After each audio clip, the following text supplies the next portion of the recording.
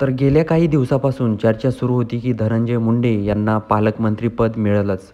पण अचानक काल पालकमंत्री पदाची यादी जाहीर झाली आहे.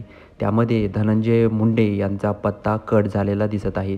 त्याचबरोबर धनंजय मुंडे हे अचानक शिर्डीमध्ये काल संध्याकाळी दाखल झाले आणि रात्रभर अजित पवार आणि धनंजय मुंडे हे एकाच हॉटेलमध्ये होते. त्यामुळं त्यांची काहीतरी बातचीत झालेली असेल असं देखील माहिती समजत आहे. त्याचबरोबर जे धनंजय मुंडे आहेत यांनी पत्रकारांशी बोलताना म्हटलं आहे की मी देवेंद्र फडणवीस आणि अजित पवार यांना विनंती केली की माझ्यावर जे आरोप होत आहे त्या आरोपामुळं हे पालकमंत्रीपद आदरणीय दादा यांनी त्यांच्याकडेच ठेवावं अशी विनंती मीच त्यांना केली, असं देखील धनंजय मुंडे यांनी पत्रकारांशी बोलताना म्हटलं आहे. तर शिर्डीमध्ये जे अधिवेशन पार पडलं त्यामध्ये जे धनंजय मुंडे आहेत यांनी मोठा गौप्यस्फोट केला आहे की मी जेव्हा अजितदादा पहाटेचा शपथविधी घ्यायला चालले होते त्यावेळेस मी त्यांना थांबवलं होतं, असा गौप्यस्फोट धनंजय मुंडे यांनी केलाच आहे. त्याचबरोबर अजित पवार यांनी देखील धनंजय मुंडे यांचं अधिवेशनाच्या भाषणामध्ये कौतुक केलं आहे आणि त्यांनी म्हटलं आहे की माझ्या भाषणाला, राष्ट्रवादीच्या भाषणाला